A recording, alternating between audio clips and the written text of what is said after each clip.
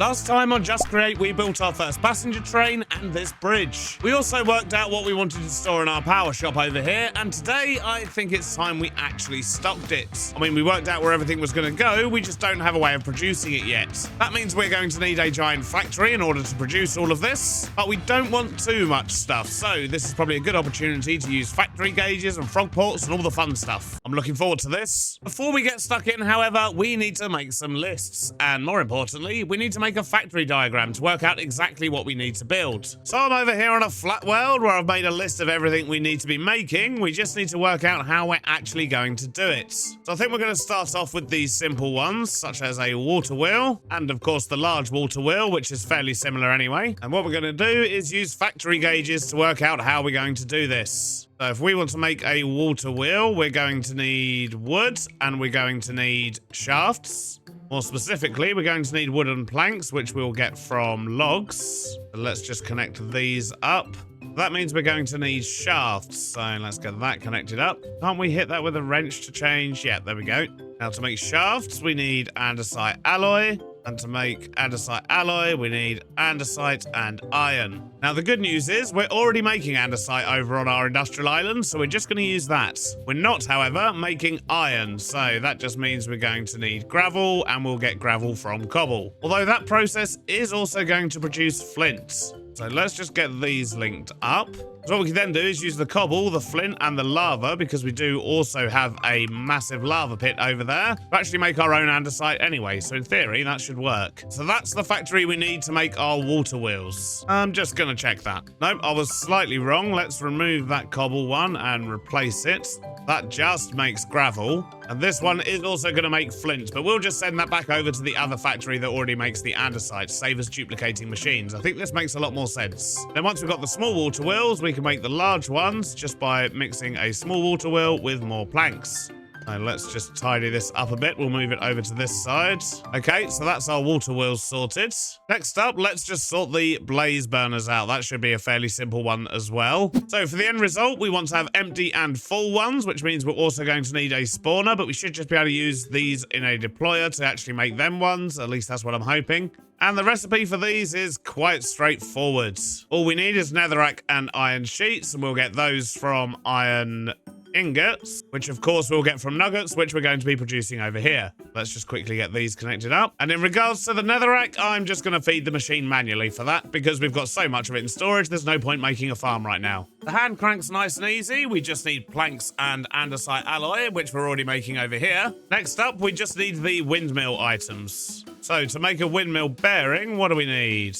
Slabs, stone, and a shaft. Okay, that should be easy. So shafts we're already producing. Slabs we can get from the wood that we're already producing, so that's easy enough. Let's just add that down here. And stone, we can get that from the cobble, which once again, we're already generating. This is working out quite nicely. So that's how we're going to make the bearings. Now for the sails, to get the wooden frame ones, we actually need to make the woolen ones first anyway. And then to make those, we need 3 items. We need sticks, we need andesite alloy, and we need wool. The sticks we can get from the wood, so that's easy enough. Once again, alloy we're already making as well. So we just need wool. So for that, we're going to need a sheep farm. So far, we need a cobble generator. We need a tree farm. And we need a sheep farm, and that should be able to get us everything we need so far. But things are about to get a lot more tricky, because now we need to focus on the copper items. So let's just start with the pipe variants. So to make pipes, we're going to need copper sheets and copper ingots. And I believe, thanks to Stam's tweaks that we do have on the server, I think we do actually have a way to make copper. Yes, we do. We can get it from Dripstone. How do we make Dripstone? There we go. Granite, cobblestone, and lava. Right, let's start working this out. So we get the copper nuggets from the Dripstone. We get the Dripstone from the granite, lava, and cobblestone. That is not cobblestone. There we go. Now, the tricky bit here is going to be getting the granite, because to make that, we either need diorite and quartz, which is not very straightforward to do, or we need red sand, flint, and lava. So flint isn't a problem, lava's not a problem. Red sand we can get from terracotta, maybe? Crushing terracotta? Yes. And we'll get terracotta from clay, which I believe is actually a byproduct of crushing this down. I think this is also going to be producing clay for us. Yes, so there's a 50-50 chance that when we crush that, we're also going to get clay. In fact, we're probably going to get more clay than copper. So with that in mind, let's put the clay balls here. Then we'll compact that into clay. We'll cook it into terracotta. We'll crush it into red sand. In fact, I'm going to bring this one down a bit just so we can see our lines. Get all of that connected up. So that will then link round, get mixed with lava and flint to make the granite, which will then get mixed with lava and cobble to make the dripstone. Wow, that's quite the copper farm. I have a feeling we're not going to get all of this done in today's episode, but moving on, at least that's going to get us all the way up to pipes. Now, smart fluid pipes are going to be quite complicated because we're going to need electron tubes and brass sheets as well as the pipe, but we're probably also not really going to sell many of those. So with these ones, I'm probably just going to manually craft them. I don't think it's worth automating them. The pumps are quite easy. We just need a cog, and to get those, we just need shafts and planks, which we're already generating, so they're not a problem. And for the valves, we just need iron sheets, which once again, we're already making by this point. So that's all the pipey things done. Now, steam engines. This is going to be tricky. So we need 3 things for this. Gold sheets, andesite, alloy, and blocks of copper. So alloy we've got covered right at the start. Copper we've got covered from here. Once again, we are going to do this in a very smart way in that we're not duplicating steps and things like that. We're going to have machines and frog ports and all sorts to make it all fancy and nice. Meaning, although it looks like a lot right now, we're not going to have to build quite as much as you might think. Hopefully. But to get gold sheets, we're going to need gold ingots, and for that we're going to need gold nuggets, and we're going to get that from soul sand, which we'll get from sand, which we'll get from gravel, which we're already producing. So let's just link all those up. So actually, the steam engine's not too bad once we've built all of this other stuff. And the steam whistle is just andesite, alloy, and gold, so that's already done.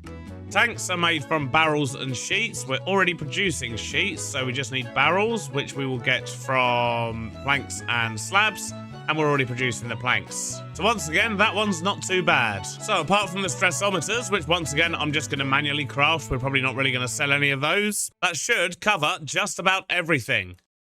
I think I may have bitten off more than I can chew here. There is a lot going on, and in order to do this, we need a lot of basic farms, such as cobble, we need a sheep farm, we need wood, we need all the shinies. I mean, some stuff we're already making, but basically, I don't think there's a chance we're going to get this done in today's episode. So instead, I think we're going to focus on getting some of the base resources set up so that we can then go ahead and do this. Now, we do need wood and wool, but to be honest with you, they're fairly straightforward, so we're not going to worry about that too much today. We also need the shinies, but in order to get a lot of these, we need this stuff. So this is just the basic building blocks. So I think today we're going to be building this. Now we've already got andesite and tuff because we built our tuff factory and that produces these things. But I do want to produce all of these blocks here as well, and maybe some of these ones. I'm not too concerned about this side. But with these basic blocks, we'll then be able to make the shiny things, and then from the shiny things, we'll then be able to start making this stuff. And although this looks complicated, it's actually quite a basic factory. I don't think we need to mess around in a creative flat world for this one. Let's go back to the real world and decide where we're going to build this. Now, we're going to be needing quite a lot of lava for this, so I'm wondering if we just put a building over the top of this area here, it's going to need to be quite a big factory, I think. Then over time, we'll level the ground a bit here as well. We'll get some more buildings in, more factories, and just expand the area. Because I guess what we're about to build now is basically an expansion of this one, because this is making the tuff and the andesites, and a whole bunch of gravel as well, of course. So yeah, maybe this area here is the right place for it. Which means I need to do some terraforming.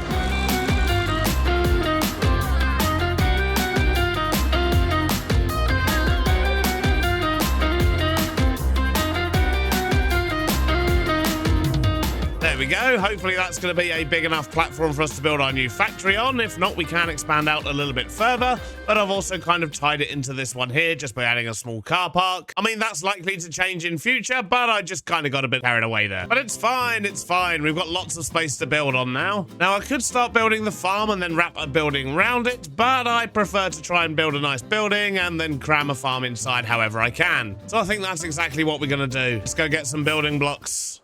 So I've managed to gather together almost everything I want. However, I need Viridium, and I don't really have much in here at all. Certainly not enough to start making some roofs with. So that means I need to go find some somewhere. And I think I'll take my drill with me just in case I find a nice big patch. Let's go see what we can find. Well, I found a patch here above the ancient city where we found Jojo, and it doesn't look like a massive patch, but let's dig it out and see what we find. This seems like the easiest way to dig it all out. Well, that little patch didn't even get me 4 stacks, so yeah, I guess we need to go find some more. There we go. This is a much bigger patch. That's more like it. So I should finally have everything we need. Let's go build a factory.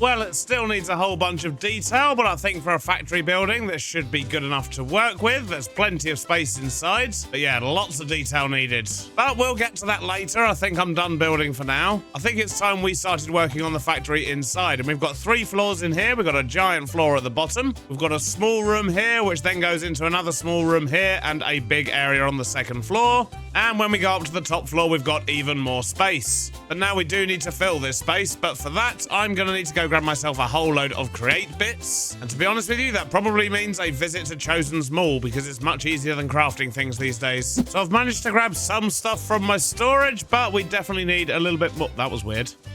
I just kind of flew straight through his doors there. But yes, we definitely need a bit more stuff, such as crushing wheels. We'll grab some more belts. We'll grab some fans, a few shafts. We're okay for drills. Can't hurt to get some more gearboxes. And we're going to want a whole bunch of bolts as well. That should just about do it. And we're also going to grab ourselves a few buckets of lava, because they're going to come in handy too.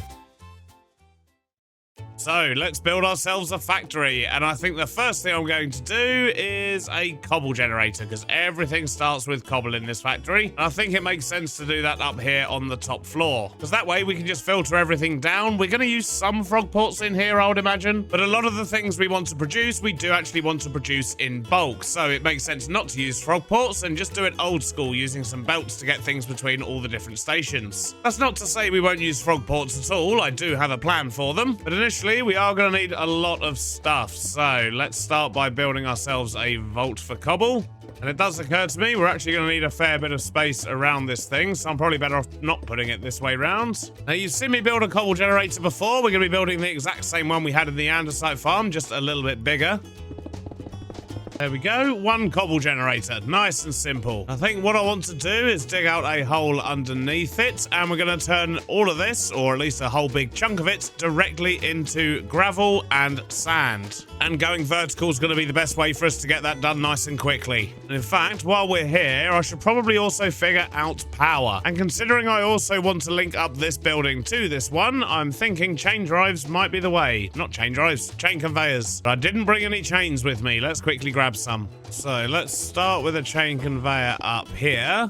Then we'll punch a hole in this wall for it to go through. Or in fact, maybe we should move it over one so we're not clashing with this. Then from there, we should just be able to bring it straight down into the building. And we're just going to get a bunch of these going around inside here, I think, because they're probably going to come in quite handy. I've now linked that to come up to the upper floor, and hopefully we can use this to transport packages around as well. That's why I'm kind of doing it out in the open like this. Now we just need to connect this power up. If we do this, stick in a bunch of shafts, that should link everything up over there. Now what we're also going to do is just put in a threshold switch here.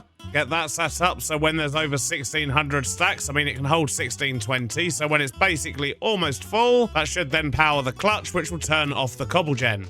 Now the last thing I need to do is just link up this power here. If we put a cog in there, a shaft, and a vertical gearbox, that should sort us out. There we go, we're producing cobble. Right, now to make sand and gravel. First up, we're going to have 3 of these, turning the cobble into gravel and then into sand. And then we're going to have 3 more that are just making gravel. And we're going to have that drop straight into these 2 vaults here. So we should now just be able to turn that on and start getting all the gravel and sand. And of course, we are going to get flint and clay balls as well in this one here. But that's not really a problem. So we're getting cobble, we're getting sand, we're getting gravel.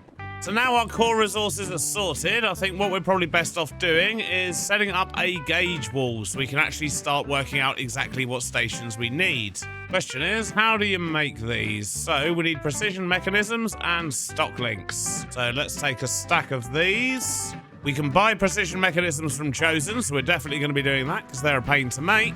And then we just need to make ourselves some transmitters, which hopefully we've got enough copper to do because I know we're running low. Well, we've got a little bit of copper, so I guess we're about to use up the last of this. And we're going to buy a whole bunch of these. So let's just get a stack of these gauges. That should keep us going for a while. So let's create a little wall down here. And what I also want to do is make sure we've got stock links on these. And we'll get one on the cobble as well. And if we right-click our gauges on that, that should link up with the system. And we'll just set up a little temporary guy here so we can actually see what we've got in there. In fact, I think I've got a couple of frogs here, haven't I? Yes. And a barrel. And we'll just set up a rudimentary delivery system as well. And we'll call this frog Hubert. Then if we link up a frog here and a frog here, in fact, what we need to do is actually put Hubert on a packager here. Then we can put our cobble in, our gravel, and our sand. We can see exactly what we're getting. But with the sand, we want to be converting that into clay. Let's add a new connection. And we get clay from washing sand. We've got a 25% chance. So if we send 64 sand, we should get approximately 16 clay. The problem is, to make that happen, we need to actually send it somewhere. And that means we need to start building some stuff. And it doesn't need a big area, this one. So I think I'm just going to do it over here. And what we're going to do is make a washer, a smelter, and a haunter. The basic setup like that would do the start of it. And we're going to want chutes here. In fact, this needs to be a little bit longer. I forgot to actually leave space to put the lava and water and stuff in. So we need to set up a frog for this one, frog for this one, and a frog for this one. And we're going to prefix all of our machines with Mr. B just so we know that they're ours. We don't want them getting mixed up with other people's stuff on the server. I'm sure they won't anyway because we're so far away, but it's better to be safe than sorry. We're going to put the retrieval barrels one block further forwards, with packages on top of those, also linked up to the chain. Now we're going to need a lever on the side of each of these to make sure that they're working. We need water in there, lava in there, and we're going to need to put a soul campfire in there, but we don't actually have one on us right now. Next up, power. We want to make sure these are running incredibly slow. So that should just about do it. We just need some funnels, and then I think we're good to go. So funnels in the back. That should be just about it. So if we now tell this to go to Mr. B Washer, set a target amount of, say, 50 stacks, should start sending them. There we go. Our sand is coming over and getting washed. But we currently don't have anywhere to send the finished product. And that's where what I think we need is just a big sort of final storage area. Essentially just somewhere we're going to store the finished products. And I'm wondering, maybe we should stick something outside here. We could end up with quite a lot coming this way, so we're actually going to have 3 frogs that all have the same name. We'll extend this chain out so the frogs can reach it. And we'll just call this Factory 1 for now, because I don't really know what naming conventions we're going to use. In fact, we're actually going to set one of these frogs to send only. So this one's reading the inventory and will actually send stuff back out. So we'll remove his name for now. And if we put a sign on this frogport with Mr. B Factory 1, then those clay balls are going to start coming over here. Perfect. There's a couple of things we want to do with those clay balls, however. So we want to turn some into clay blocks, and we want to turn the rest into clay bricks. So if we link this one up to here, send a stack at a time to Mr. B's smelter, and let's say we'll have 20 stacks of those. Now the clay balls should start getting sent out and smelted down into bricks, which we can see happening there. These frog ports are amazing. I love them already. What we also want to do, though, is turn clay balls into clay blocks, so we can then make terracotta and so on. And we want to turn these bricks here into brick blocks, which means we need another machine or two. A couple of compactors. So next up, I've just put in a couple of presses. They do exactly the same thing. They just compress things. But I've decided to do one for bricks and a separate one for clay, just because I don't want the systems backing up. It just keeps things a whole lot cleaner. So now, if I link this one to this one, we'll send 64 of that, which will give us 16 clay per time. And we'll send that to Mr. B clay. Have a target amount of 50 stacks again. And we'll just do the same thing for this one, but with bricks. And now that should activate both of our presses upstairs. We'll just put a filter on just in case. but we're now getting clay over here and bricks over here. We just need to set the addresses on these to be Mr. B Factory 1 and then power them on. Excellent. And because we're now using up the clay and the bricks, we should start getting more being washed over here to make more clay and then more bricks being cooked. And the system's going to keep restocking itself, essentially to try and always remain at the numbers I've put in here. Now, the next one should be fairly straightforward. We just want terracotta, and we've already set up the machines for it. So if we send this to Mr. B's smelter and then link it to this one, then those clay blocks are going to get sent off and turned into terracotta, and then the clay blocks here are going to get restocked by the clay here, and so on. Now, next up, we need red sand, which means we're going to need a crushing wheel setup. Separate to the ones we already have over here, of course. So just a small setup like this should work nicely. If we power that, put a frog on there and call it Mr. B Red Sand, because once again, I do want everything to have its own station. But that should go in there, come out, get crushed, and then get sent back to the factory storage. So let's put the red sand in there, connect that one up to here. We can do this a stack at a time, and we'll send that to red sand. Okay, progress. In the meantime, we're going to set up a little one down here, and we're just going to make sure we've always got lots and lots of stone. We'll go for 100 stacks of that one. We'll send that to the smelter as well, and I'm not worried about the smelters getting backed up because they're constantly dropping things off. They don't really have a limit on how much they can cook at once. The only limit here really is how quickly things can go through the chute down here. What I need to do, however, is connect this one to the frog network. And I'm wondering if the best way to do that might actually be with chutes. So if we bring the chutes down to here, add in a barrel, give it something to stand on, then connect a frog there. When we do that, we should now start getting... No? I know what I should do. I'll put in a vault instead, then... Yep, there we go. He's sending off the cobble now. Now, he's going to start making us stone. The only downside to this system is if, for example, I take all the red sand, it will convert everything through. So until this one here backs up, these ones here are going to remain pretty much empty because they're constantly being used and crafted into other things. It's also not the fastest factory in the world, but it doesn't really need to be. It would just be nice to have some of these resources on hand when I need them. And of course, it brings us one step closer to be able to automate other things and therefore sort out our power plant shop. Because yeah, we've still not stocked a single thing in that today, and that was the whole purpose of today. Safe to say we got distracted, but infrastructure is important. Now, the next thing we need to do is make soul sand and quartz. So I need to put a soul campfire in there. If I put soul sand in there and link it up to this one, we'll do 64 and 64. Send that to the haunter. Then we'll put quartz in here, and we need to link that to this one. And we need to send the soul sand to the washer in order to get quartz. Now all we have left is to make diorite and granite. So, diorite recipes, that one's not particularly useful because we need calcite, which we can't auto-produce. Which means we need to do this crafting recipe, which we have to do in an auto-crafter. And to make the granite, we're going to need flint, which we've got plenty of, so that's not a problem. We're going to need lava, which once again, we've also got plenty of. There's a massive lava pit under here. And we're going to need the red sand. We don't need to connect the lava up, however, because we don't actually need to send a bucket of lava. We just need to make sure we're sending these things. So something like this should do the trick. If we have flint and red sand coming out of this vault here, put a packager there and another one there. We'll have a frogport here called Mr. B Granite. Powered one there with a sign going to our storage. Now all we need to do is pump lava into this basin and get ourselves a press up and running. So for the lava, we'll just go up against this wall. And we're going to dig a little hole here. Then we'll just run this all across the bottom to that pipe there. And that should now fill up with lava. Can confirm we have lava. And there we go. Now the press is hooked up as well. Now that should work. Let's go set this. So it takes 2 flint for every 1 red sand. So that should work. The numbers should add up. Let's just set a target amount of 100 stacks. We want loads of this stuff. And there we go. We are now making granite. I've been staring at my board for a while, and we've got a bit of a hole up, or a bit of a bottleneck, I should say, in getting clay. Basically, it's just not bringing enough sand over to make it fast enough. So I've stuck a gauge to the side here, telling this thing to always try and have 10 stacks. And that means that this frog over here is working double time, pumping out the sand to make sure that that is the case. So we're washing sand quicker, we're getting clay balls quicker, and that should speed up all of this top row here. The only problem is, once we get 50 stacks, that thing's still going to keep sending sand, isn't it? So maybe this isn't the right way to do it.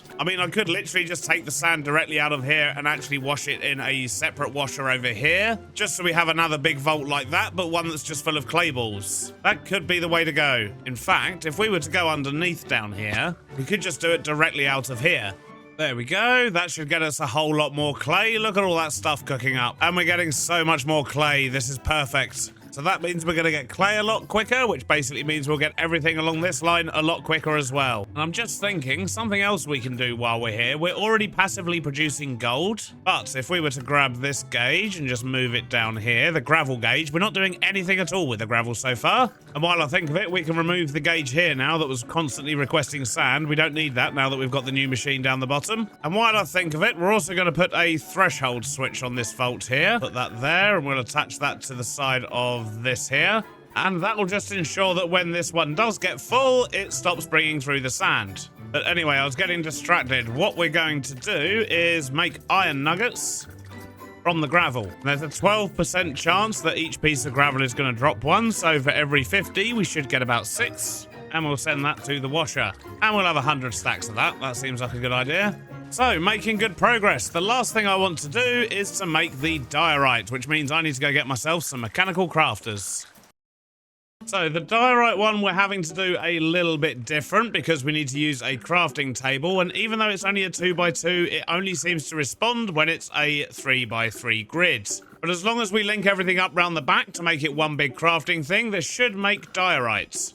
Now, the trick is, over here, where we're bringing in the order, we then need to have a repackager, because we have to assume that the different parts of the recipe are coming from different vaults. So the cobble and the quartz will both get sent here. In fact, I need to do this slightly differently, because I don't want to unpackage everything that comes over. I just want it to go straight into the vaults. Then we have our repackagers here, and what they'll do is try and construct the original recipe that was sent. So basically, it's going to put 2 cobble and 2 quartz into one single package. Those packages are then going to come out here, go into the crafting table, get turned into diorite, and then we can send these back off. So we need to power both of these. We need to put a sign on here for Mr. B Factory 1 and give that power. Then we just need to power these belts. And we need to power the crafting tables, but we should just be able to do that with a couple of cogs here and here. I think that should just about do it. Let's go find out if it worked or not. So we want to link that to the quartz, then we want to link that to the diorites. We want to set the recipe on this one, so we're using mechanical crafting. We'll set that to Mr. B diorite, and that should start working. Oh, no, we need to set an amount. Let's go for 100 stacks. Come on, please be working. Yeah, look at that. We're getting diorite. And is the one at the back working as well? Not currently. I think just one is actually able to keep up with what we're bringing in. That's fine. That just means we can actually make this a little bit smaller. We can just get rid of the one at the front here altogether. And there we go. We are now getting diorite as well. Now, the last thing I want to do is to actually link up what we've got going on over here into the system. That's our flint. It's additional gravel. It's the tuff. And it's the andesite. Though I do need stock links for all those, so let's just get those on. Now, if we look in our stock dude over here, we can see we've got all of our tuff showing up. We've got our andesite showing up. Got a good amount of granite. We've got diorite coming in. We've even got plenty of iron and gold as well. So this is everything that we're currently producing over here so far. Not a bad effort. Now, let's check our progress. We've done everything on the top row. We've done the sand, the red sand, the clay, the terracotta. Oh, we haven't done dripstone yet, so we'll need to make sure we get to that. We've also done bricks, and we could quite easily do these as well. We've just not set them up yet. So there's still a few more blocks to add to this factory. But in terms of this board, if we ignore the fact that we need a tree farm and a wool farm, do we have all the base resources? So we've got cobble and andesite covered, which means we're going to be able to make alloys and shafts. We've got iron, so we can cover that. Netherrack, we're just going to import anyway. There's nothing additional needed for those ones. So we do need the dripstone in order to get copper. That is a very, very important one. And when it comes to getting gold, I've realized that this is not how we want to get gold, really. That is a really bad way to get gold via soul sand. What we need to do to get gold is to wash red sand. So we're probably going to need to up our clay production a little bit more. But that's basically it. We just need to make gold and we need to make dripstone. And then we've got everything we need here apart from the wood and the sheep. And we also want to automate brass, alloy, and zinc as well, but they're not a priority right now. I believe for dripstone, we need granite, and we need cobble, and we need lava. Yep, that's correct, and we need a mixer for that one, but I believe we've got some of those over here. So we basically need another setup like this one here. So that pretty much does it. I'm just going to put goggles on these guys because that way I can see where all of the ones that are actually receiving items go. And I just need a sign on here for the address and power. And what I've also done is expanded how quickly we're making the sand from cobble. We now have 5 of those and only 2 of the gravel because we don't really need quite as much gravel. And instead of 1 of these making clay blocks, we now have 3. So that's going to get us red sand a whole lot quicker, which means we're going to be making granite a bit quicker, so we can keep the dripstone machine fed. Now I just need to link it up down here. So that's now going to dripstone. We're doing it in stacks, and we want lots of that stuff. I've just realized I did this recipe wrong. It's supposed to be connected to cobble, not diorite. There we go. Let's try that again. So I just need to empty all of the diorite out of this vault, and now it's making dripstone. Excellent. So now we're making dripstone. We can turn that into copper. If we add a new connection to there. The drop rate is the same as the other nuggets. We'll once again set that to 50 and 6 because it's a 12% drop rate, so that should balance out. And we'll send that to the crushing wheels. Once again, we'll have 100 stacks of that. And with that, I think we've ticked off the last of the building blocks that we need to be making over here, at least right now. So the belts were getting quite full, so I've run around and made a few adjustments. So all of the ones that send things off to the factory now only fire once every 10 seconds instead of basically every time something comes in. And that's keeping the belts a lot clearer, which is basically stopping any potential traffic jams. I've also made a bigger vault here to hold the things for the dripstone, and the same over here for the granite because, well, they were clogging up the lines as well. As you can see, they're still clogged up a little bit, but this guy's gradually getting them all. So that is now everything we needed to automate the things for our power station, besides the wood and the sheep. But that's something we're going to have to tackle next episode, I'm afraid, because I'm all tuckered out. This has absolutely drained my mental capacities, which is fairly low, let's be honest. But I've got to be pleased with the results. I imagine over time we might tweak this a little bit so we can speed things up and slow things down and make sure we're getting a good balance of everything. I mean, I've already had to make lots of changes, so that wouldn't be surprising whatsoever. But I'd say this is a pretty good start. And I know we still need to name the train from last episode, but that video's only just gone out, so we're going to leave it a little bit longer for more names to come in, and we'll get that named at the start of the next episode. And maybe we'll actually try and record at a time when other people are on the server. It's been a bit quiet the last couple of days because I keep recording too early in the morning. I have no idea what everyone else has been up to. But thanks for watching. I hope you enjoyed it, and I'll see you on the next one. Bye-bye now.